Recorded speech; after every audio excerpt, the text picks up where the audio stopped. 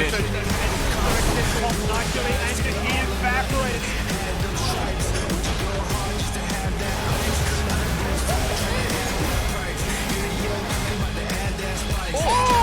Oh, Kissay!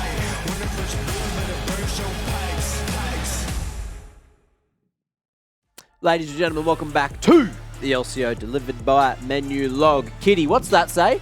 It says Menulog mealtime, Mac. It certainly does. And because it is Menulog mealtime yet again, it's time for you guys to win $30 to spend on Menulog. You know what you got to do by now, and if you don't, read that on the screen. Menupog. It's in bold. Type that in Twitch chat. You go in the running. You might win one. You can get $30 worth of bloody dinner, and everyone's real damn fed. Speaking of fed, okay, Thursday night in particular, what did you guys eat for dinner? Thursday night, I actually cooked. I cooked a nice rare steak with baby potatoes with garlic butter and asparagus. How rare? Rare, like bloody rare. Ooh, not bloody medium rare. Pure bloody rare, mate. Super bloody rare. What about you, Rusty? Don't know about that one. Don't know about that one, mate. Why not? Medium gang. Medium rare. Medium gang? Medium Okay, rare. fair enough. Say it bloody rare. So, yeah, you go. I don't remember. Don't Genuinely, remember? I'm thinking about it. I don't remember. Yeah, a bit of something. Yeah, definitely had a bit of something. Bit of that. Probably pizza. No, it wasn't pizza. Was it pizza? Nah. I had pizza last night. Okay. Kitty, do you remember what you ate on Thursday? Can I say what I'm planning to eat on Yeah, Thursday? let's go with that. Okay, well, planning to eat some malatang, Mac. Okay. Goated stuff. What's in it? Is What's there like in it? different flavors, or is it just a thing? Well, they have different Doesn't matter. soup bases because malatang, it's like you have the ox bone soup, which is the most popular one with spice, or without spice, obviously, if you're like allergic to spice, which is me. But I actually think they just have a variety of toppings where you can just put whatever you like in, whatever you want. The combination's endless. Very cool. I might go looking for some malatang on my Thursday too. Who knows? Either way, that's it for Menulog Mealtime. We've got a game to have a quick old chittity chat about. Let's see who's bringing the thunder into this one, of course. It's going to be an interesting one. Gravitas still looking for that first W, but Direwolves, they've got plenty of them. And we know that they are potentially going to bring the thunder today. Who knows if they're going to leak some strats, but Rusty, tell me about them. Direwolves? Yeah. I can tell you that Suman came to a very good amount of form last time we saw him play. It feels like Direwolves are a team that have found more of an identity than some of the others competing in the league. One of the mainstays for that is actually Poltron, who has been playing his Shaco, is undefeated on the Shaco pick. So again, they give you a lot of reasons to look forward to them, and it's not just the player interviews with people like Bulldog or the explosiveness of their bottom lane duo, but they've got their pocket picks and they play like they mean it. And they are aggressive, which is something that I like in Oath. Yeah, we saw a bit of aggression last game. Let's see if that trend continues into this one. Gravitas, they might need to show us a little bit more of that aggression to really bring their A game. Thomas Shen obviously popping off last week in more ways than one. We've got Toppy up top, who always has a good attempt in that one-on-one, but also we're still sort of trying to ask a little bit more of Piglet, right, down in that bot lane. I feel like he's been doing all right down there in terms of the calling. Gravitas generally have been looking better, but I think individually he's just lacking a little bit. I mean, how much can we ask of him? True. Right? He's an AD player that has switched to support and is doing so in the middle of the split with the team that hasn't won a game. Well, I think it's hard. You generally always look better week by week, so I think he can also look better week by week, Rusty. I mean, I agree with him looking better week by week, Mac. My challenge... So humble. I'm not going to acknowledge the compliment. I'm going to move on. My issue is just like no matter how good he looks, is it going to be enough to get Gravitas a win? Because it's been shaky everywhere for them, tragically. I actually have well, this is what I want to see from Gravitas, right? So let's switch it up a little bit. Let's make Piglet play for Toppy, because Toppy has been kind of the savior of Gravitas if they do ever get a win. I think he is the most consistent player out of all of them for this split. So let's go with a roaming support, maybe even a Bard, but we haven't actually seen that many. And let's change up the win con. Let's put it towards the top side, because we have seen them being invested into this Thomas and win con for the past week. Okay. But I do want to see more experimenting from them. I want to see Nasus back in top lane again. I know That's what you wanna do. see. Yeah, after I played Nasus Because last you played night. Nasus. Yeah, Yeah. I It wanna was see. really fun. I got really big, and I understand the power of a Nasus now. Look, head-to-head, we'll quickly touch on that, of course. Direwolves already have that 2-0, so even if Gravitas did win today, there's no bringing it back. Direwolves hunting for that 3-zip ultimate domination in the head-to-head. Yeah, that's certainly something that I'm sure they'll be confident in getting as well in regards to this game. So, Direwolves, I doubt any of us even predicted against them for good reason. Hey. How good they've looked. We're not up to that yet, That's true. but you're probably not wrong, unless anyone's feeling crazy. Speaking of predictions, us three ended up getting it right. Catching Kitty doesn't happen often. Doesn't. No. It's not very often we beat her when it's the of course, one it team was buff. the peace game. Of course. Yes. What can you Happens. do? I don't know. At least I won't be called fake, so on Twitter. So By peace. it's a win-win for me, anyway. Yeah. Add Kitty. Fake. Very true. Now, do you guys know Big Z? Big Z Big Z. in the top lane. Yep. Big dog. Yeah, we got him on the line. Zoranus, mate, how you feeling going into today's game? Am I allowed to call you Big Z quickly before I cross any more boundaries? Sure. you. Sure, go for it. Beautiful. I'm feeling pretty good. Obviously, it's Gravitas, so we kind of expect to win, but we're not going to take them lightly, as that's how you drop a game. True. Well, hopefully we do see just a great performance from Direwolves once again tonight, because I've been loving you guys on the Rift. And Dante, in our previous interview from last week, actually said that you were the main shot caller for a lot of these picks and team fights, where it's pretty uncommon for top laners to actually impact the shot calling position because it's such an isolated role. So do you think this actually affects it in any way? I think it does affect it a lot. So in terms of like the early game, I think I don't really call as much because you're kind of just playing 1v1 the top lane a lot of the time. It's more like towards the middle to later stages of the game, I can start to call stuff more as you're more grouped with your team then. Okay, well, who does more of the calling during those early stages? Is it more of like a Poltron thing where he's going in the jungle? Yeah. Yeah, it's more of a Poltron thing for early game calls, and then Bulldog with like some of the calls, but it's mainly Poltron. Okay, now quickly, just on that Bulldog communication thing, we know he loves to get very colourful with his words in terms of having a lot of fun. Does that happen in the games as well to sort of make everyone chuckle a little bit? I think like sometimes it happens in game, but not really intentionally. We try and save that stuff for out of the game or like when the game's over. Beautiful, beautiful. On that note, we'll let you go, Big Z. Good luck today. Let's see how you do in the top lane. Thank you. Prepared, ready, ambitious, Big Z. You guys didn't know him, now you know him. Thank you. Yep. Friend request sent. Following. I'd actually never met Zoranus until now, so Yeah, true. I don't know. Haven't seen him in a single interview, True. never Not once. spoken to him. No idea. Either way, you guys generally have an idea. Twitch points, put them on the line. Dare fan vote time. Let me know. Let us know. Let Kitty know. Who wins this game? Please. Please. Pretty please. I'm on like a 2-game loss streak, I'm pretty sure. Why? For For the predictions? for the predictions. Oh, And in game in solo queue, but that's another topic, okay? So that is. help.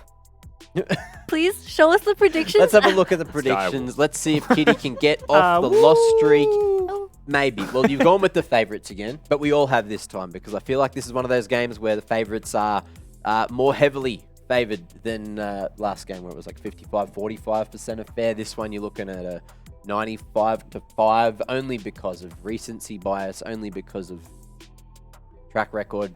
Gravitas haven't won a game. Yeah. Is today going to be the day they win a game? I think based off what Kitty said is the only logic that I would follow for being able to find a way to win, which is get Toppy ahead, play around Toppy being ahead. Yeah. The risk with that is you may have to do like some kind of Fiora win con. But if Zoranus is a primary shot caller and his lane falls desperately behind, one of the issues that top lane shot callers will run into is how do I call anything when I'm stuck dealing with this mess that has been created in my lane? Do Direwolves save last pick or like top counter pick, try to go for the top counter pick because of that? Probably. Yeah? I think we've seen it for Big Z a few times, right? To make sure that he can pop off, right? Like, think about the game back in the day when it was playing at the Teemo and just like, oh, a bit of a how are you in that one. So, look, okay, here's my yarn. I'm spitting for Gravitas. No, will you hold on to it? Oh. Because Champ Select's ready. Now, Yarn, go. Well, here's my yarn. Welcome. Go. Here we go. Go. So what's going to happen is Dajong is going to say, Kiana's pretty broken. I played it twice this year. I'm going to play it here. So true, King. Right? Absolutely. And Direwolves don't play or pick Seraphine. Oh, They're they going to just leave it don't through. pick. So Gravitas will just say, how's that going? And lock that one in. Weird pause between don't pick and Seraphine there. I thought you just meant they don't pick a champion. They couldn't. That is a way to win, I guess. Sure. So let's get into this draft and see if they pick something. You've got the bot lane that was played last game is going to be banned away first and foremost, and then 2 ADCs taken away by Direwolves, specifically away from Thomas, Shen, and Piglet. We've mentioned this before, but because Piglet is a AD carry player, move to support role, Senna's probably their best combo in general. Yep. And from that point, he tends to default to things like the Nautilus, where Renata enjoys that quite a lot. This is going to be a draft as well where Gnar is up and available. We have seen Gnar pretty much pick banned around the world on this patch, like first pickable. So it'd come as a big surprise if Toppy doesn't just lock that one in, especially when they've chosen the Renata priority for Bulldog over the Gnar.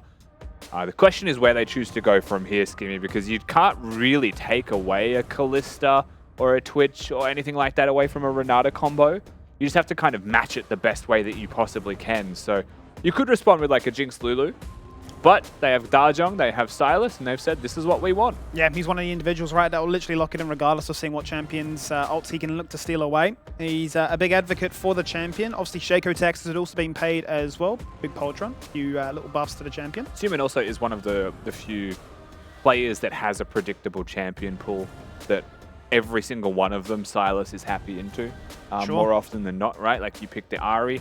We'll see Sylas with an Ahri ultimate, pretty much enjoys that one with no issues. Also denies Sylas having a Gnar ult. And Sylas is one of the few champions that Suman plays. Akali is, of course, one of the other options of like his 3 main choices. Gets his pick of the litter here for sure, but it is going to be the Akali. It's going to also be 3 games now in a row for this bot lane pairing, right, of the Renata and the Aphelios. They played up against PGG and P, so they've certainly gone through the belly of the beast and come into Gravitas and said we're warmed up and ready to go on this one. And Shaco being banned, I think, has been supplemented by the Akali being locked in because they still have a breadth of normal options for the jungle role here for Poltron. This is the Volibear nerfed patch. Dial was one of the few teams that would actively pick that one up. Sure. So it could be that things change a little bit from that. But we've still seen the rise of Poppy through the rest of the world. Poppy's going to stand to attention. Viego still exists and is pickable. It is just the Wukong and the Shaco that have been taken away. It's almost looking like a Poppy ban angle, quite honestly, given the fact that we saw it banned away in the first rotation last game. GP going to be denied away as well now. So I guess really, if you are looking to try and put all your eggs in the basket of hyping up Toppy's first pick, Gnar, let's deny some champions that can make his life a little bit difficult. I would just love to see one day one of these top laners to say, lock it in, give me Aurelia. Actually would vibe with that quite a lot. At the same time, you've got like Yone top lane if you wanted to. You could play hyper aggressive around that one. I'm still waiting for the day a team in Oast just locks in Yasuo, Diana. I feel like we haven't seen that at all. Yeah. So that's kind of been left wanting. Karma actually going to be taken away now that the Ezreal is locked in. Lulu not as good a pairing with the Ezreal, so Karma is the logical choice. No Siva seen yet. I think we have to wait until far Mammoth either. play. Yeah. We know that Voice loves that champion, but it is odd, you know, a brand new patch with a fair few changes. Maybe not the biggest, but certainly room for that to maneuver. But we're not going to see that one. Ashe. Okay, yeah, Ashe support. Okay. Ashe support's been running rampant. Mostly, I feel like the LCK, but Ashe is being picked as an AD, has been picked as a support. We've seen ADs go the support build. You know, it's just kind of going everywhere at the moment. I feel like Ashe is actually just so broken because her ult base cooldown, especially with ability haste, is so absurdly low that every 2 waves there's an arrow coming at your You head. can get it in like 25 seconds or something Yeah, crazy. and if it hits, like that's 1 arrow away. If it hits, you go. And If you it just chuck them out doesn't, from base as you who make a play. cares? Absolutely. Yeah. Just deploy it to Baron base as you recall and go. Let's see what happens. Nautilus comes out. Bit predictable there from Piglet, right? If you're looking to try and lock in a champion, it's going to be strong in that regard. And a Poppy, it seemed obvious. You love to see it. But finally, we do get ourselves a Lilia top. Only one that really rung to mind would have been Tien back in the day, but Zoranis is certainly up there and pretty much playing anything. Yeah, for sure. And I mean, the Nam matchup to me feels winning for Lilia. If you're able to have your stacks up of your passive, a bunch of extra movement speed during laning phase when Gnar ticks over to Mega, then the risk of you can just walk out of every combo. The W wallop's not going to connect right. You can dodge out on the Qs. It's a dangerous lane for the Gnar. He's ranged We're assuming, of course, it is going to be literally a top lane. We've seen one jungle, but Poppy has been seen more in jungle. Gravitas are going to respond with a Trundle, which isn't exactly the identity of Lenia as a player, who likes the Udyrs, who is actually a Hecarim player, but has obviously bucked that for competitive sake. Yeah. Does give their composition a whole host of disengaging through their 3. And then I want to say that in general, this is kind of like a 1-3-1 comp. It is kind of like a split push comp with a bit of flexibility there for Gravitas, because it's impossible to kill an Ezreal, a Trundle, and a Nautilus if they're on the same screen. And Direwolves don't have the best engage, but they also have really good side lanes. So we could just be meeting in a 1-3-1 format. It could just be 1-4. It could be, 1-3 with one roaming.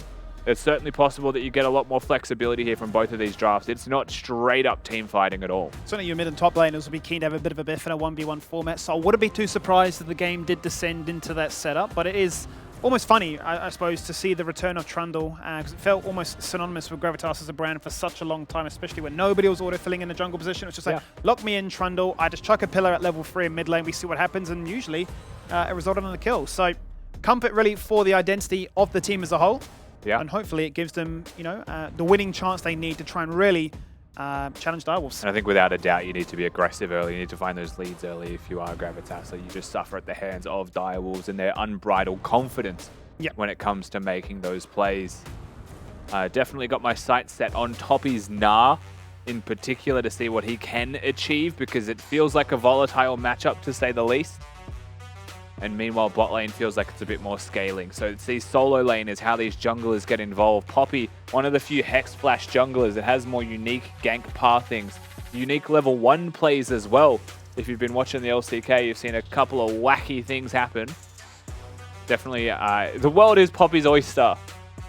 And she has a great time in it. Literally every single champion in this game, bar the Trundle, is going to have a bit of a nightmare going into that steadfast presence and saying, hang on a minute, I cannot move. Regardless, we're moving into the second game of the day. A rather informed Direwolves, currently set at 3rd, are looking to keep it that way as their rush and their race to playoffs continues. As for Gravitas, they're still hunting for that win, and I'll be hoping that this is the winning formula for just that. Velixis joins us on the line. Velixis, how are you, mate? Yeah, good. Skimmy, yourself? Yeah, always good, bro. Another week, another time to shine and showcase what the boys can do. Talk to me a little bit about Seaman, right? Because we've seen him play, 5 champions across 15 games, so literally every game played. He's tied for the smallest champion pool in the league right now. Is there a reason for that? I would say it's a couple of things. For one, like, if it's working, like, why change it? And why show people, like, other things? Like, just keep cards to our chest sort of thing. But I also think that we have so much flexibility and, I guess, wildcard factor in Zorenis, even with Poltron, with his, like, Shaco and other picks that are in the making. So you need that stability from a position. And that's where I think Suman comes in. Makes sense. Because I suppose it's always an interesting discussion when you talk about having to get stage game experience on some of these wildcard champions to make sure that when it does come to playoffs, if you are saving them for then, that you're ready to go. Is that the consensus? Yeah, for sure. Yeah, perfect. Well, talk to me a little bit about this patch. Obviously, we've had some extended chats about the Shaco in the past. We'll see a bit of a change up to it now. So another champion, it seems to be paying the tax against Direwolves, right? Banned away in this game. Yeah. It's good that I don't think Shaco is like the best pick by all means. I know Poltron's going to yell at me for saying that, but like, it is what it is. But it's also good that teams also fear it, because it is AIDS to play against. Like, I don't know if you played it in solo queue, but playing against it's a mind boggle for sure. Yes, well, I'm sure it causes headaches across the board. 100% win rate, so happy days for him. He'll no doubt be pretty stoked about that one. But Alexis, mate, we're going to jump into this one. Pleasure catching up as always. Please have a good one. Feels like an interesting relationship with his jungler, isn't it? The two coaches, or the coach and the former coach. The Shaco fanatic. We were here doing it all from above, and now you're in the game and saying, hang on a minute, like, we used to share an equal platform, but now I'm actually in the game and I can do what I want. Slight bit of a delay there, as word from production is we do have a lobby remake. So we're back on the couch. I believe we're back with the team as a whole, and we can spin a few yarns to get ourselves back into the makings. Did you get to spin that yarn? You did, didn't you? I did, and then Rusty said, cool story, bro. Let's talk about this. I did say cool story, bro. He did. I did. Yep. And then you said something else I laughed at. He says a lot of funny stuff. Yeah, nice king or something. And yeah, I did. Anyway, that draft was pretty good. I think on paper, I kind of like Gravitas' draft better. I just am worried Why? about the execution. Like I'm looking. So Why? aggressive. Why? So Tell the me. reasons I like Direwolf's draft better is Toppy's going to be in hell because we know what Lilia Top can do and Shit, how we do. annoying it is, how terribly annoying it is in the jungle. I want to see how Poltron navigates with Poppy because it'll be interesting. I just know Poppy has been played a lot recently, has been broken in competitive, and I just want to see because he's usually like that sort of crazy initiator, and like what better than Poppy, right? Getting real aggro early, your tanky is all. Well, you're the only tank on the team as well. Just so. wait, Mac, until the day we get Poppy in support, and then Rusty will say, my relationship with Bard is gone. Poppy support is my new best friend. That's Partly true, actually. I Yeah. have been an advocate of Poppy You for have been. as long as I've played League of Legends, I feel like. Why don't you I just make ask it the happen coach now? at PGG. Every day. I think every week in scrims when I was talking to Chippies, I was like, this is a Poppy angle. It's like, no, G, like I'm not playing Poppy. And every week I'm like, Chippies, probably lucky Poppy here. Why does it not work as support? Like, surely, if anyone could make it work, Kitty, you're a support. You could make Poppy support work, couldn't you? Well, Poppy support does work in very niche conditions. I believe that Poppy was actually pretty popular in back in the days, but Okay. I don't actually remember what it was into. Callista. Callista, yeah, it was Callista. And then, Perfect meta. yeah, we do have the introduction of Hex Flash now, which is pretty pog compared to back in the days, which was like 5 years ago when completely different rune system, I believe. Yeah. But Poppy support probably doesn't work at the moment, which is also, okay, I'm not gonna say also, but Poppy relies on being a little bit more tanky as that engage, because once you go in, you don't have a way out, and if you can't like survive for an extra 3 seconds and you just die, then you're kind of just worthless, right? So that's kind of to all tank supports. Like if you think about Alistair, he goes in, but he pops an ulti. And if Yeah. you think about Rakan, he has a way to escape.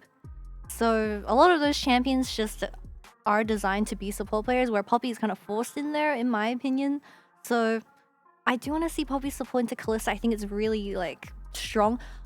You know what I want to see? I want to see Callista Taric or Tristana Taric. Yeah, I just want We to see do. Tarek. We do. Right there with you. Tarek, that was the one we were discussing that's like coming in this patch. We Or was spoke it to last Ali G, patch? like, I think like, Last patch. I want to say like 2 or Yeah. 3 patches ago, and he's like, yeah, you know, Tarek is looking really strong. We looked at like the buff to it and thinking that does look pretty strong, and it just never got played. Yeah. I guess Pain. if someone isn't confident enough, or like the team hasn't been scrimming it, because we don't really know what the teams are and aren't. We're scrimming. saving it for playoffs, surely, Mac. True, maybe. Surely. That's Maybe what it we're all comes huffing in. here on the couch. Best of 3s, you know, best of 5, Granny. Always Yes. fun. Yes. Yeah. What was the draft that we had in, is it the LDL? Where they were, I forget the name of the draft, but like when a champion was played, you couldn't play it again for the rest of the series. Oh, what's the name called? It eludes me. It was a really cool system because like What that's is LDL? the LPL, which is the League of Legends Pro League, which is the Chinese The league's league below. secondary league, It's which like is the Army, League of Legends basically. Development League. When you started that, I thought you said LPL, and I just misheard it With as a D. LDL. I was like, oh no, what have I done? It's I an do know interesting concept, LPL. though. I do Yeah. know what you are, but just letting you know. What is your stance on that? Because I find it interesting as like, is it artificially forcing a meta because you've said that these champions just can no longer be played? No, I think it's sick. There's just too many champions now. Because I feel like that's the conversation that's happening now, right? Is do you want more bans? So we go from 5 to 5 to like, I don't know, like 7 and 7, or do you just have a forced meta? But it's like you played X champions in game 1, you need to play something different in game 2, and we get to like a game 5, and it's like What's so funny? I'm playing Teemo. It's hard to listen when I've got someone just like laughing. Sorry, it just Giggling. reminds me of how Overwatch was like, the meta is too stale, so they banned out champions for weeks. Yeah. Or Yeah. they change Poor kids. rotations, I think the difference is like and that's how they killed the game. there's like 160. There's like 160 league champions, so there's a Hear me lot out, more hear me out, guys. diversity. Look, he's got a very good point. There is a very large difference in the amount of champs you can play in those games. Looking at it, now that we got this up here, where are we putting our eyes for the majority of the game? Is it just going to be the mid lane, just watching that matchup unfold, or are we sort of more interested in what's going on down towards the bottom of the map? Probably top I'm half. looking at top. Everyone yeah. has their eyes on the Lilia, right? I mean, so Yeah. mid is volatile depending on summoner spells. Like if you remember back to every time we saw like a Silas versus an Ahri, it's a very similar thing. If there's an ignite in that lane, Yep. then there's absolutely a high risk of solo kills, but often they'll just both run teleport and it's kind of whatever. True. Suman is an Akali one trick, so this is actually a really scary pick coming out of Dials, because he's the most comfortable on this champion, where looking at that jungle pick from Poltron, which is Poppy Jungle, we've seen it, I believe it was twice to this split, once by Lisa, once by Foreigner, where I believe they both lost, right? With the Poppy? Yeah, with the Poppy. Because Lisa did the flash over the wall where he I think accidentally so. flashed over because he thought he had Hex Flash on cooldown. Yeah. Yes. And I believe Foreigner did a really sick gank, but they still lost the game in the very end. Very true. So we're seeing Poppy Jungle for a third time tonight, where I actually really like this pick because if you think about Gnar, his only escape is the jump. You get kind of like wall bonked. Yeah. And then okay. Yeah. Silas, same concept, where I think the only champion is Ezreal, where you can kind of run away, which also I do want to mention that Gravitas actually saved red side counter pick with the Trundle, which is really rare to see in the current meta because usually you want to save that counter pick for a solo lane because it's so solo lane dependent. Okay. So it's pretty They looked in there interesting. first too. So, counter picks. Silas picked first in this mid matchup. Picked R2. So, like, are they just... Is that to stop Dials from picking big ults? Like, what's the theory there? I feel like it could be layers to it. Maybe we're overcomplicating it, but I feel like it could be one. Dajong is very comfortable on the champion. 2, you deny away from Seaman at the same time. And 3, it's like, yeah, sure, like don't pick these big champions, right? But you don't really see Alistair 2 commonly. Still is very much like an China meta, I would say. Yeah, and you picked it with the Gnar, not into it. So you're really just taking a champ away from the 4-champ Andy on the other side in Human. The only concern for me is that like Seaman is such a good Akali. Remember that one game when Gravitas literally got like mega turbo Exodia where they had the Talia in the mid lane and he still went like 10-1 with Ignite? It's just like... Shot my man got roasted, bro. Should've worked. Because he is. 4-champ Andy. We had a conversation with Elixir. He's like, we just don't need to show anything. Like, it's stable. So it's a conscious 4-champ Andy. Do you think Piglet is feeling a little attacked with this like heavy presence of the support bands when he's already I love the Ash band personally. I love that. 'Cause struggling as it is? look, okay, it's nothing compared to like an ARAM, but for all it's worth, whenever I play Ash ARAM and I'm just like 20-second ult, I just love life. Well, ladies and gentlemen, game is almost bloody ready. We're going to get to see game 2, and I can't wait. Casters, take us in to the action. We shall. Thank you very much for hanging out with us on the couch for just a fraction longer as we do load back into that lobby. Coaching interview done so we can actually observe what happens at the level 1 mark. Yeah, we can flame level 1, Skimmy. Hopefully we see something a little bit crazy. We'll see what they choose to do. Of course, we are 35 seconds into this one. Hex flashes or dashes from Dajong going to be used here. The reason I say Hex flash is oftentimes Poppy, when they play in competitive league, will run that Hex flash ability because it gets them around really creative paths. Similar to why tank supports run it. It just enables you to do so much more, be so much more creative. And because you are reliant on angles to find engages, right? Like Poppy needs to be positioned correctly to find the charge into a wall. Having that Hex Flash allows you to circumvent just time spent walking where they could react. So it is infinitely useful. And this is a prime position here, right? That bot tri-bush, where you can literally just Hex Flash across that wall, pop into the lane and say, hang on a minute, how did you get behind enemy lines? Or perhaps you do a bit of Parbu tech, right? We just flash across the wall to try and take away a major buff and say we don't need that summoner because I've got a second ready to go. So a lot of time spent here to try and predict where Lenia could be going, but ultimately they will just plant a ward in the lane and protect their own side too. Lenia is going to be solo starting this blue buff without a leash. Should be relatively fine because you've got the Chomp, which is your auto attack reset. May want to smite to accelerate his camp clear, but either way, is just going to be doing his single target camps, which is pretty standard Trundle tech for a clear. The question is where he chooses to go. Is it just the walls for the 3 camp and clear that entire side of the map? Poppy on the other side here as well. Very similar thing, right? Blue buff straight to Gromp. Looking to perhaps get more active on level 3. Both junglers have got some volatile gank threat if they're able to find their way in. That's what's so exciting for me, Rust, is the fact that once he kills these wolves, he walks across to his own raptors, don't know where he is, but they won't have the eyes to figure out where Poppy is. Dajong could just certainly die. A flash, an ignite, and an auto attack to seal the deal. First blood at only 2 minutes in. My guy just tanked the turret and died. Suman still hasn't even popped his potion, was never at risk of dying. And I spoke about this just before, but Ignite is obviously going to be a major factor for having some extra kill threat in that lane. And lo and behold, Suman has the Ignite. And at level 2 on Akali, gets himself a solo kill. You can't ask for much more. assassins and early kills that can certainly snowball into something far greater, and we know all too well how the story ended last time. As I mentioned before, 10-1 is Akali into Dajong that time way back in week number 1. So He's good at having 10 kills, isn't he? flying start, he certainly loves it. Yeah, he loves a good It's 10 that, kill it's the game. Silas, it's whatever. So here is that freedom roam here from the Poppy.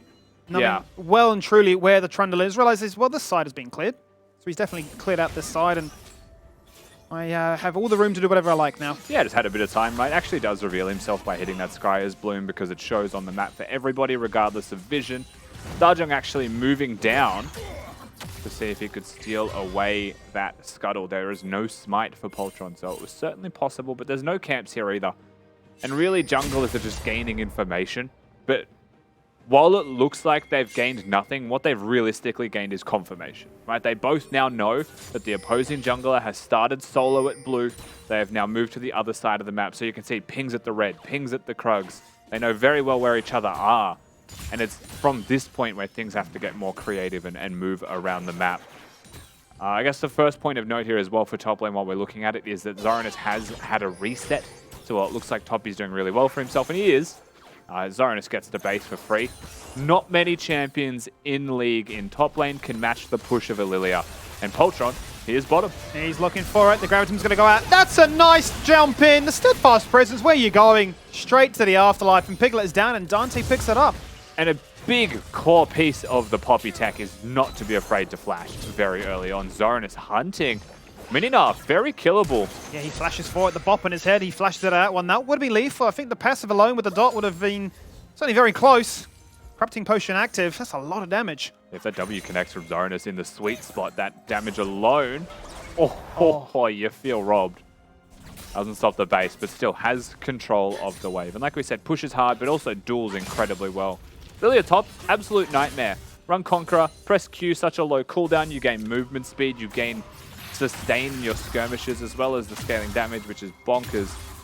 But bot lane as well, they'll get themselves the first kill down in that 2v2 complement of a nice little play from what is now a Hex Flash Poppy. That can be everywhere. A perfect start, right? 5 minutes in, and literally every lane is winning already. We've seen a solo kill in the mid lane. We've seen a fight in the bot lane. We've seen a second one now looking to take place here. The perfect execution. Does he use it? He certainly does, and now he's 2-0. Yeah, holds it for as long as possible to ensure there is no reason that Dajong can dodge that one whatsoever. Cycles his abilities really nicely. Suman showing, of course, his prowess on this Akali to no one's surprise. Gets himself a second kill because the lane has snowballed. Dajong also going for the Ionian Boots of Lucidity, so not looking for any kind of resistances to survive the lane that he is already behind in. He's certainly going to go from bad to worse. Zoranus is 6 now. Toppy looking for an all-in, but he's going to be careful. He's going to get put to sleep. He goes mega. That's a little bit of extra HP, but the wallop's already been used, I believe. So he just literally gets burned on down and flicked by the staff and, just straight bashed. I think Toppy did not keep track of the experience of Zoranus, who was 1 minion away from 6 and realistically welcomed that fight. Lenny are going to have a look at top lane, going to find himself a Poppy in the river. It is going to be deterred in its entirety. And very tragically, he's also going to miss that cannon. So just kind of gets nothing from this transaction, but a wave left in shambles. Honestly, not too much to report on Skimmy this early in. Just winning. They're just winning. And that's the most important part for me, right, is what you highlighted for Toppy, the fact he was still level 5 going in on that play. So it backfires terribly. Yeah. Experience lead. You know, the fact that he was forced to reset off a bad trade means the experience advantage was there for Zoranus, and any kind of window Toppy had was tragically for him gone. I'd like to believe that Zoranus did actually just bait that one in, right? Position knowing he was going to get 6. You like to see that. This feels nigh impossible for Gravitas to contest to try and deny this blue buff being stolen away from them. 4 members of Direwolves are here. It's going to pull up the bot lane of Gravitas. Can't contest. You cannot. Not with Suman in the area and Dajong in base without teleport. Gravitas tragically will walk to the area to see, can we? Right? Like they'll do a numbers check. They'll do a roll call and then they realize it is not worth it. Blue gone. Drake to follow here as well. No smite for Poltron, no issues. Just another day in the office for the Wolves. Makes the question now, what they look to try and make a flip on the map, if necessary even, to go for the Herald now in 20 seconds. Everywhere a point of strength as it would stand. You would hope they do, because there's no Lilia ultimate, no summoner spells there for Thorinus as well. It's viable at this point to send all 3 of these people to top, because there's no play to be made down here. Unless Direwolves face check them. When are you actually going to show? Note that Poltron is hovering down here throughout all of this regardless. Has got Smite, and is presumably about to smite this one.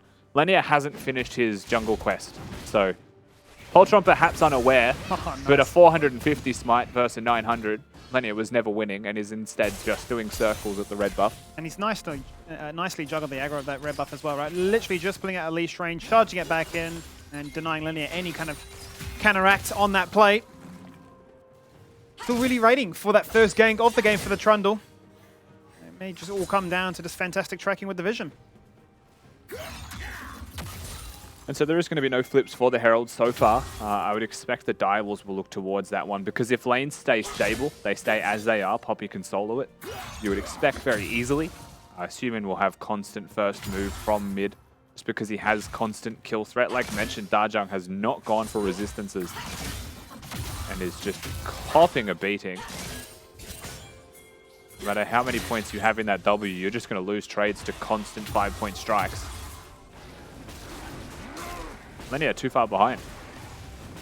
He's farming up a treat to try and stay relevant, but it's just giving an absolute field day for the Direwolves to work around. They can do really nothing wrong.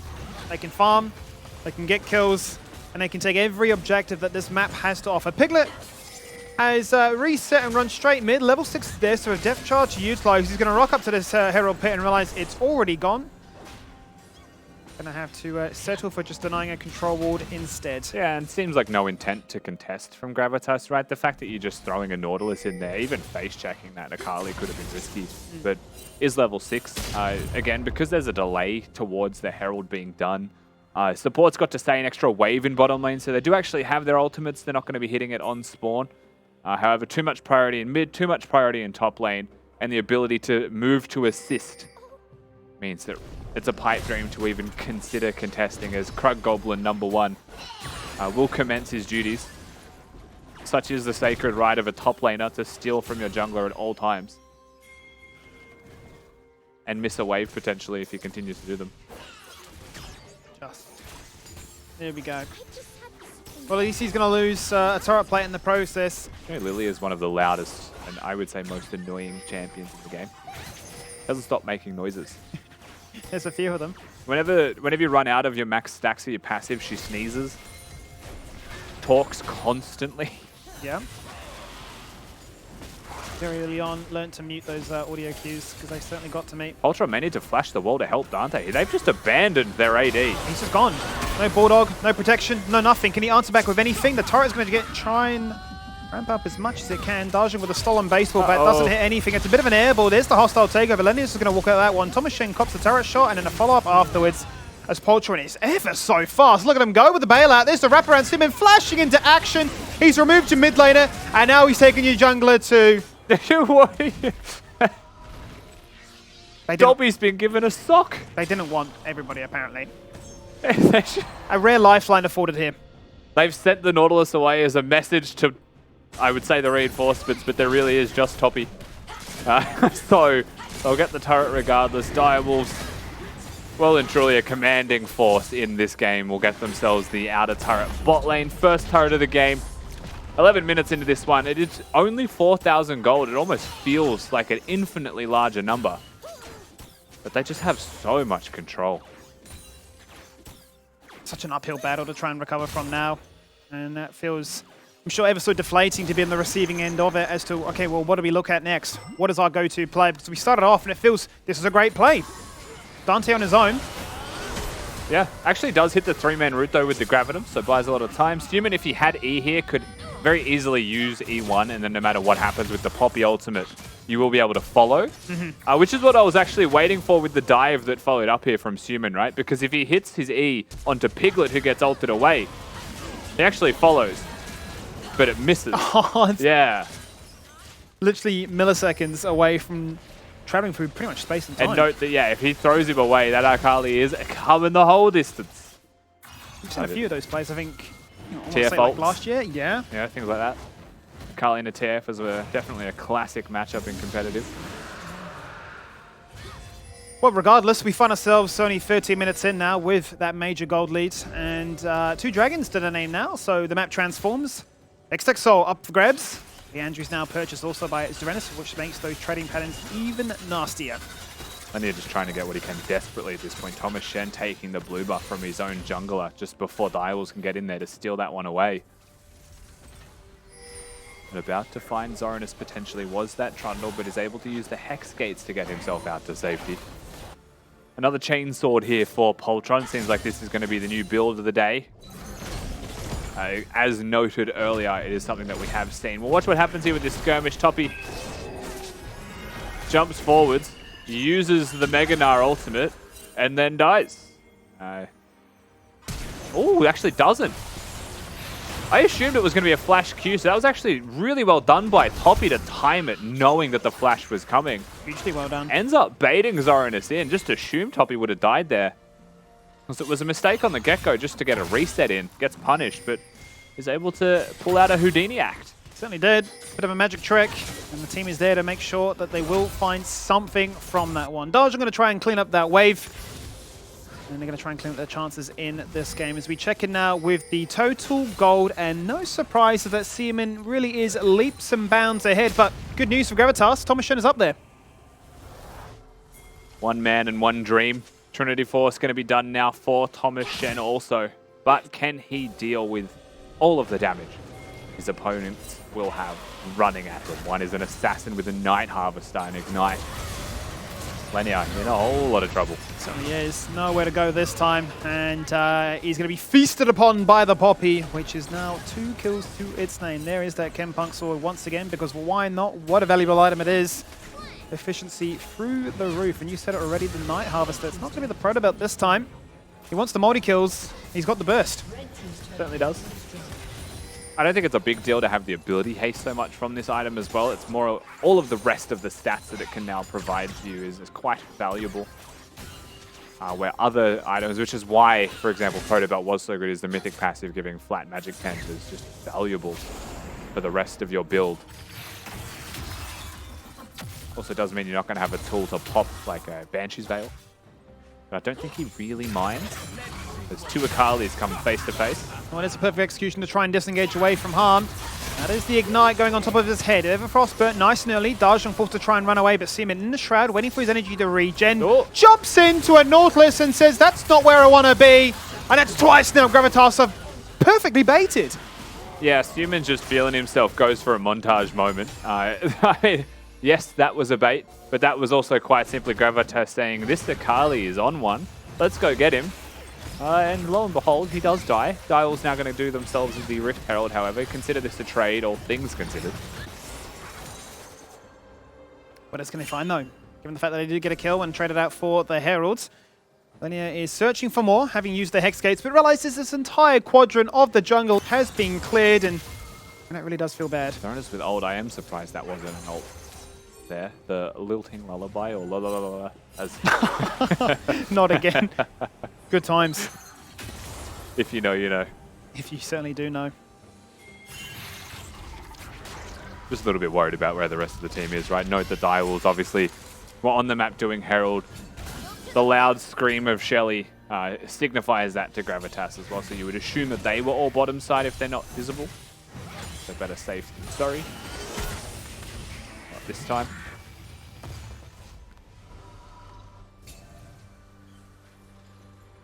Realistically, what are we looking at this point now for Gravitas? Are we saying that 1 item spike, that should be enough to try and mount a comeback for a 3rd Drake? Are we saying chill, sit back, maybe wait for a Baron flip, perhaps a soul point contest? I mean, 2 items for Ezreal is always my break point, right? It's such a cheap spike, but like at the same time, one of the advantages of Poltron's build here, doing the chainsword into like a Sunfire type build, is it's fairly cheap as well.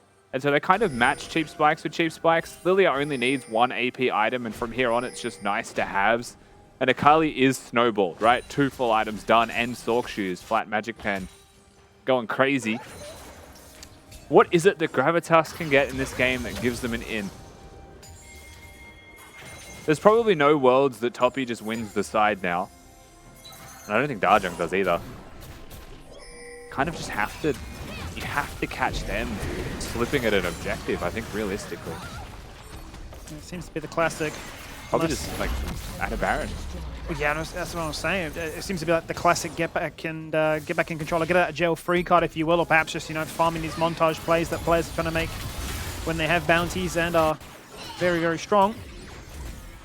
This could help. Toppy going to hit Mega right now, but forced to run away, having seen that TP come out. Magic resistance is going to be a really good point of call, though, for Gravitas, all things considered. If it's Dante you have to kill and the rest of the team does magic damage, it's actually quite nice. One odd point, I suppose, about Direwolf's overall composition is that Akali likes being the sole magic damage dealer because she is a magic pen building assassin, but Zoranus exists. Speaking of, he's got flash, so we can look to try and bait out this pillar if need be. He puts 2 members to sleep right now. He's going to turn around and hit him with Q one more time. He's got the subjugate active on him, and that's enough of a warning shot for Zoranus to back away. yeah, I mean, ultimately, the ultimate is going to be done by Lenia and Zoranus, but nothing beyond that. They're not going to play for the turret. They are going to choose to disappear because Direwolves, the reinforcements were on the hunt. But yeah, the main point I want to make there, right, is that it's easier to itemize into magic resistance here and perhaps be able to hit some mid-game skirmishes against Direwolves. If I was to give Gravitas anything, Sure. it's probably that. Already, they are building some early magic resistance. Yep, triple Merc Merc treads, yeah. Burden there for Dajong. I would say Muramana spike timing. You're looking at a Thomas Shen pentakill. Sure. It's not too far away. 40 stacks to go, and that might give them the potential power they need to try and find that in before that lead becomes catastrophic and evolves from 5 to 10k. The Direwolves firmly in the driver's seat here, able to do whatever they like. And to be honest, they have been, from the very get-go here, commanding the full presence of this jungle. They're going to go once again for another red buff, which Poltron will pick up, not to be denied here by the True Shot Barrage. Keeps flipping between what looks to be a 1-3-1 to a 1-4, much like you predicted to. Yeah, it's the way that you need to play as well, for what it's worth. The way that you operate a 1-3-1, I would say that strategically a 1-3-1 is one of the most potent and effective ways to play League, but also probably one of the hardest. Because you need to be able to bounce and balance minion waves while also rotating to assist your team. Because the 3 in mid can't be isolated, right? You need to be able to have the push and be protected when you're pushing in the side, know when to overstay, but also know when to group up and help your team. Because mid wave is the first priority. It is the first port of call. And then getting vision from that wave to set up the side lanes is really, really crucial. And it requires extra setup where, you know, putting 5 people in mid lane to just clear one wave to then just group towards an objective. A lot less steps involved, a lot less finesse involved. For sure. And a lot easier to play. See target, kill target. That's it. Which is why you want to see a lot of teams do that. Make execution easier. And just pick scaling champions that can carry. Kind of just cuts out the middleman in all transactions here in a macro sense. We've seen a whole host of those types of games where the scaling has been rewarded into just straight skirmishes that result in ARAMs, if you will. But there is that 2-item spike that you highlight. Banshee's Veil now complete, having been evolved from the Verdant Barrier. There is the Muramana as well. There is the Baron now being started, and this would be the window where you say, Gravitas, if you're ever going to contest, surely now is the time. Already at 6k, Gravitas starting to converge, already at 4k. And they steal this one away. Lenia forced to look at this one. The hammer goes out nice and early. Lenia flashes in, and he's stolen Toppy. it! Phenomenal play here from Gravitas. Toppy. They've given themselves that in. Now Toppy, looking to slam them up against the wall. Looking to try and find some kills. Seaman forced to jump in, and he gets a clutch shield. That is beautiful from Akali. Going to go golden, but he's going to find himself some members. No, he's not, because Zoranus swings the staff around. The magic is conjured. And it is finding themselves a moment of brilliance, but all the praises have to go to Lenia. I cannot believe Dire will still win that fight with Toppy getting in and having such a massive ultimate. I mean, we can praise Lenia, but it was also a Silas that stole Poppy's ultimate to push Poppy out of the area. Piglet, what are you up to, bud? There's 0 worlds that results in something. Just flexing that he still had his ult after the team fight. I got questions. I got a lot of questions.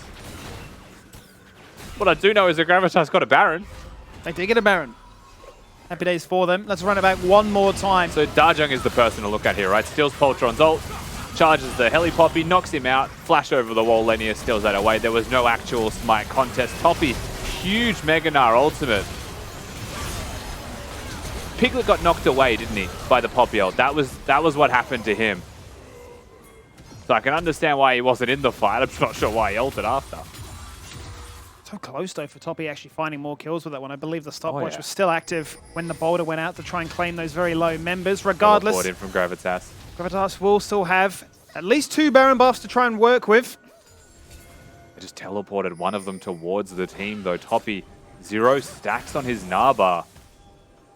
Has a wave bottom that he could have been hitting.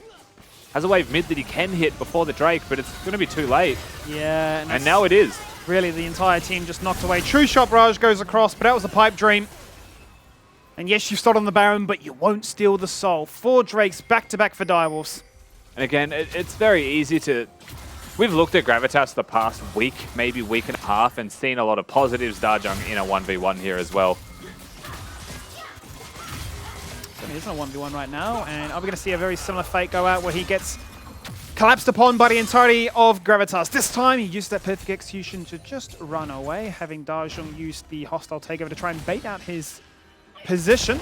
But the issue we've run into with Gravitas is no matter how much of a lead they get, no matter how many options they get given in a game, they still fail on their setup and execution. So not knowing when push comes to shove, the best way to set up for a Drake play, for a Baron play, they really do just respond and then have to sprint in at full speed to flip.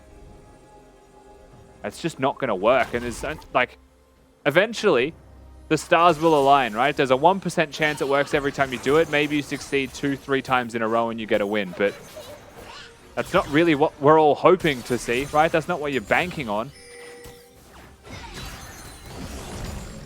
It won't be a pretty way to win a game, but if that's what it takes, I'm sure we can all raise a glass in favor of that outcome. Once again, these mid laners are fighting out in the bot lane. This time, Seaman does seem to have the better half of that one. You're going to come out of that golden statue and fall on down, no doubt about it, because there's a flash and a dash. This is how you Akali. And a masterclass on Akali. Picks him apart. Well done by Seaman. Of course, it was forced by Dajug. Still with the flash there. Skibby is going to be taken down. Direwolves continuing to press forwards. Now protecting top lane. Piglet's going to find himself a Poltron. Of course, no steadfast presence there to stop him from getting out. You're expecting it is just mid-top, right? Inner turret should be able to fall here, but Baron must be... Actually, he's completely gone at this Baron's point as completely well. gone. There's nothing to stop them anymore. It didn't net them much, but prevent the gold lead from really ballooning further than 5,000 at that time. But after that solo kill, that's all it really took. Bot lane is prepped quite nicely for them to translate their attention to as well. But you do see Seaman right now in the mid lane in that 1-4 formation. Probably Mega. Hextech Soul, obviously with the zap, is ever so frustrating to deal with. That's gross. Constantly hit with pressure, zoned away, slowed, and faced with the nuisance that is that damage from afar. Dajong, Ultra on the flank. lucky to try and live, but Dante wants to be the tanky. Gale forces in with the Gravitum and locks him place to start. It's now 1-6, and then Seaman says, watch this play, and dashes back to that shadow. It's elegant. It's beautiful. Yeah, he's certainly having fun in this game, isn't he? Mid laner of Gravitas falls down once again. Has to be stated, flash at the ready. Just being picked apart. And I feel like when Direwolves have got control, when Gravitas fall behind, everything just goes as it should be. Nothing really upsetting the apple cart just yet. Speaking towards the Hextech Soul, though, it is so annoying when the Swell Seeds come flying from global distances and it applies a slow and bounces to all of you. That's so frustrating. You got Dante sitting there hitting minions with his flamethrower and it bounces to you. It's the little things that you never expect that set you up for, you know, getting picked off like you just saw from Dajung. It's actually one of the, I feel like, least intuitive to play around because, like, we all know how a static shiv works, but I feel like you never actually expect the timing of a Hextech Soul to slow you the way that it does and the distances that it covers seem to always catch you by surprise.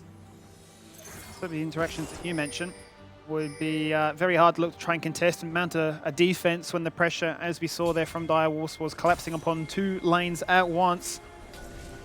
Really now for them, it is back to base, shop up a treat, spend all that money and exert your wallet because they have got themselves another date with the Baron. This time they'll be hoping it's theirs. An explosive start to the day between Kangaroo and Peace. Definitely fizzled down a little bit more into this one. A much more casual affair from Direwolves as they're handling Gravitas. They certainly are testing their limits here and there. And it's not like they're going for the perfect game by any means, but they are still well and truly in control of this one. Now with the next Baron up. Soul in hand. Minute 20 to work with until they have 2 objectives on their mind. But I don't think that Gravitas have a composition that excels at taking objectives in any short order by any means. That's the vision control though, Rusty. I mean, how do Gravitas ever step up? Yeah, it's just a shutout. Thomas Shen basing. Limited mana, no ultimate. Baron going to be started, so no ADC to be here. Every angle covered here. Ultron feeling a lot more secure this time to start this one up. Where is that Silas? They see it, already at 4K. Here comes the Stylus with Poppy ult. He knocks him away. But it's at 3K. Oh, Dasha's God. gone in. No, he's been baited. Completely baited by this one. You're not the jungler. You don't have an unsealed spell book. And here's the hostile takeover. There's also Poltron's hammer going down. And, well, this is not going to be a flip. Linear jumps on in. It's just one after the other. Meanwhile, Dante's just putting in work and removing members. And Seaman says, watch this again. I've got 5 kills. I've still got a zone use. That's not enough to kill me because I've got a bailout. How about an He Ezreal has to queue? go golden now. Is it a bug? I'm He's looking at dead. the scoreboards. Well, he can't hit the Zonyas apparently. Either way, it is Dante that's got himself a bit of an unstoppable streak, having just removed the Ezreal as well. And this may just be the final end of the coffin. Remove the Gnar, and the base is a freebie. Zora's not going to be able to hit the structures because he does way too much damage over time, but still being dealt with by Direwolves. Very clean game for them with a bit of fun here and there, Stimmy. Certainly was a bit of fun for them, but they'll finally wrap things up here at 29 minutes and still retain their position in 3rd place. And you can see it on the faces of the Direwolves. It's just another day in the office for them. Business as usual. They come in, they collect their dub. Back into solo queue afterwards. Of course, Zoranus is always smiles. Very rarely do you see him not smiling, to be perfectly honest. No. Big Z, he's top of the leaderboard right now in solo queue and clearly the top in this game because that Lilia put on a bit of a showing there, Mac. Yeah, really annoying to watch. I guess, look, at least, you know, we were kind of on that side with the prediction train going through. But at the same time, you could just see he's just a nuisance, man. We saw so much Lilia last year, and I guess I didn't miss it. I'm watching it here. I guess it's like interesting because he's just like, you know, doing this. Bloody just running, hitting, running. Just cutting shapes. Dots, dot off the back of the Just on the dot dance floor, mate. with the bloody Leandries. I'm triggered. I don't know if you could tell. Either way, big game coming through from Direwolves doing everything right. And the thing that me and Kitty noticed real early on from Poltron was he did the same damn build that we saw from Lisa last game. Yeah, we see the Chem Tech Chainsword and Chem Tank coming out of the Poppy for the second time tonight, which we saw an earlier similar build on Viego, but this time I think it actually worked out a lot better, but I'm pretty sure that's also because that Dials had a huge lead, especially from that mid-early game where I believe Suman got maybe 3 or 2 solo kills in that very early laning phase. And I mean, props to Gravitas for actually stealing the first Baron, but I think a crucial mistake that they actually made was that they decided to fight while they had the Baron buff. So usually in those situations, you kind of want to just retreat and just preserve as many Baron buffs as you can and stall out the game to get that gold lead back. But maybe after the Baron steal, they were too excited and they just said, "Oh, they were." T-Tours. But yeah, maybe they got too excited and they just decided to fight. But that could have been a turning point for Gravitas. He got sent to a different dimension, didn't he? Little airwalk all the way back down to bot lane there. And he was, remember, on like less than 100 HP. Poltron was doing him big favors by sending him away. Having a quick look here. Gold graph looking real smooth for the most part, other than a couple little team fights in there. Yeah, I do want to mention that we do see the Gnar actually building a Moor second, with the Silas building a Banshees second as well. Yeah. Which I kind of understand because you are dealing with 2 solo AP champions on Dials. But if you think about it now, you are relying on an Ezreal and Trundle to make up for that lack of damage because you decided to go for such a defensive build up against Dials, where it's really up to Thomas Shen to actually come back. And he even himself bought a Hextech because he's just so scared of Akali. What do you do as an ADC into Akali? Cry. You cry? Yeah. Lay down, try not to cry. Cry a lot. I feel like that's a pretty solid answer. We have someone else we can ask that to as well. I think Poltron's on the line. What would you do if you're an ADC playing into an Akali? You don't play the game, you dodge. You should have just banned Akali from the get-go. Like, Beautiful. come on now, we've got Suman, probably the best Akali player in the LCO, and you've just given it to him. So you're kind of asking to play that game out by not banning it. He is definitely the best Akali we've seen so far in the LCO, and you being the only person that's actually won on the Poppy jungle. So let's talk about this Poppy. Did you guys go into tonight's game thinking that you were going to play this, or was this a flex pick? Well, it was definitely one option for our picks coming into tonight. I wouldn't say we necessarily had the intention to lock Poppy no matter what. We ended up dropping jungle pick down to the second phase. They banned out a few of my jungle champions, and the game just looked good for Poppy, so we picked it. And that was pretty much it. Quick question. When you let Piglet live with that ult at bot, was that just kind of like a little bit of charity? Were you just feeling bad for him, or was it just accidentally a mispress? Well, you know, I was coaching Gravitas last year, worked with Piglet nearly every day, and you know, just got to help the man out of it. Don't want him to feed Suman too much, so we let him get away with that one. Very true. Great man at heart. Yeah, a lot of charity coming through there. Either way, Poltron, we'll let you go with the dub. Looks like the road to playoffs is going pretty strong. Indeed. Thank you. Good chatting with him. Now, an interesting game there, and I'm loving seeing this Poppy gameplay. I feel like with the pick, I was a little bit like, oh, I don't know, you know, into that Trundle. And Lenia did some good things this game. We'll give him that. He got that smite steal, which is something that I feel like we haven't seen from him yet, that I remember. Can't recall smite steal. Yeah, not a steal. Either way, we need to start talking about who did the best for the Dare MVP, and who do we think that was? Human, of course. Bit of a Kali. I mean, Pretty flashy. Would Zoranus be robbed? Pushed his limits quite hard that game. He did. Yeah, I believe- did die needlessly more than once. Hmm. So is that really an MVP worthy performance? I mean, to be fair, Zoranus did take down like every single tower in that bot side, and they eventually took over the game like that. So it Doranus depends for tilting on- Mac. Yes? Give it to him. The Dare MVP for game Thanks. number 2 today was Zoranus for Tilts and me, solely. Not because he played really well, not because he had 29% KP and took a bunch of towers in the bot lane even though he's the top laner, and then went back to top and still had his tower. Who knows? Maybe that could be why. Maybe because he was just an absolute nuisance. Skimmy, which one was it? Cutting shapes in the dance floor at the rave before I was. Shoot the whoop, got it done, put them all to sleep, and woke up a happy day. What did you just say? Like, Don't worry, Skimmy, I'm really not sure if any of that was English. I'm confident it was all said in English. Well, you do get that on the big jobs there, mate. Yeah, sometimes job's a job, mate. Sometimes you lay one brick under the other, and you get a house. Loop, doop, scoop, de whoop. We got a third game to get to. Ladies and gents, don't go too far. Just after the break, we have this belter, PGG, up against Mammoth.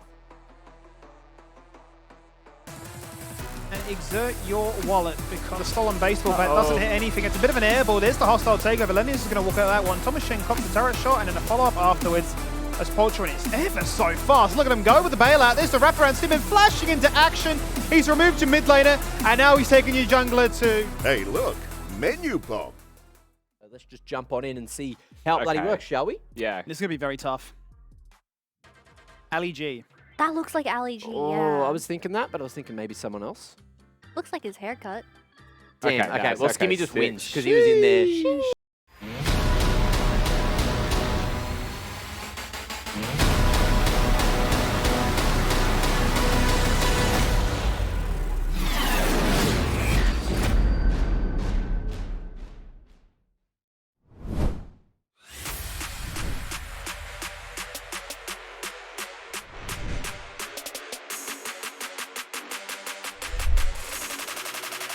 People that just want to AFK farm. That's a nice chain on through. Yuri missed the op. How about a second time? Fido's just absolutely crushed him under the turret.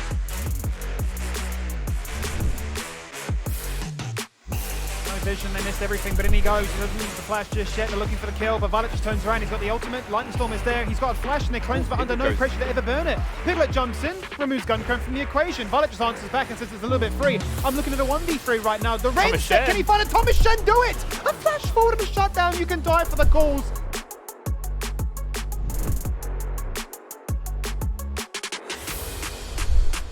This one blind, and Rogue says it's my time to shine, jumps in with a quickness, locks in place 2, make it 4 people with the charm. Surely Penston now can put a bow on it. Lemus gets exhausted again and has nowhere to run or hide. No bailout and no enchanter buff. Will it be a perfect team fight? It's certainly looking like that as Liv flashes away and says, I don't want to be a casualty.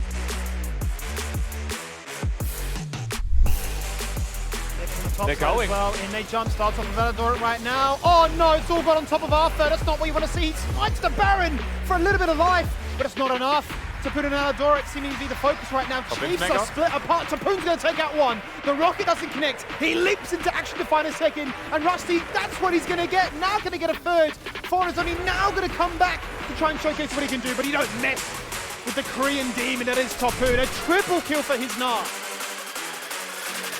Trade, and that means Chiefs go for the Herald instead. Niku's on for another kill attempt, and there's another exhaust, but it's going to be the same story. Rakan, double shield, is that enough? It is! Unbelievable to protect their mid laner. Out comes their punch. Aladoric wants the kill, and that's what he'll find. Just Aladoric diff once again.